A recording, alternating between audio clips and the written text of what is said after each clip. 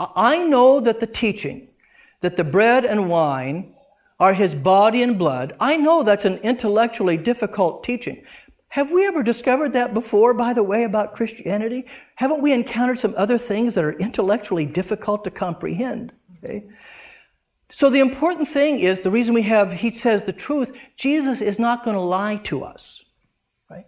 And it's Jesus, not Rome, not the Lutheran Church. It's Jesus who says with this bread, take, eat, this is my body.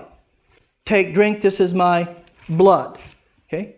So Jesus says this. So whether we understand it or not, you've heard me say that before, he's not going to lie to us. Okay? So the next one, Ephesians 3:20, the he refers to Jesus in context. He's able to do so much more than we can ever ask or think of. Now that Bible passage, okay, Jesus says, this is my body, this is my blood. That Ephesians passage answers the question, can Jesus do that? And the answer is what? Yeah, if he says that, he certainly can do that. Okay, and I've got my old friend here. How can you, and you're all going to know exactly what, how can Jesus make his body and blood be with the bread and wine? And you all understand, don't you? Because Jesus, remember, after his resurrection, ascended into heaven, sat down at the right hand of God the Father Almighty, and now as a man, he fully and always uses his power as God. And we looked up, where is Jesus now? Jesus is everywhere, not just according to his divine nature, but even his divine nature, but according to his human nature, right? Otherwise, we cut Jesus in two.